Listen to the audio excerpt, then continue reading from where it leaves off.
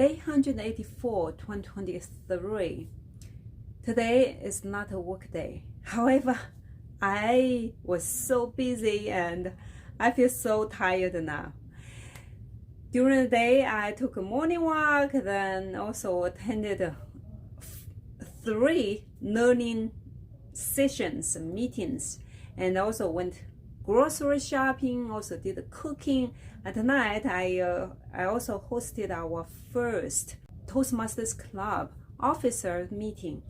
And because it's our planning meeting, it took more than 2 hours. And also during the day, there was one learning session, very impressive and interesting. The topic was creative speaking. You probably have heard a lot about creative thinking.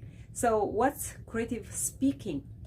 So creative speaking is that if we have this divergent thinking mindset, and in fact, if we speak more than one language, it already gave us the opportunity to train our brain to develop this type of divergent thinking mindset. And it means there's not just one solution to the problem. There are multiple possibilities, solutions to solve the problem. And what's creative? What's being creative? Being creative is basically to solve the problem, perhaps with some new solutions that is not too commonly used already. And it's also very relative.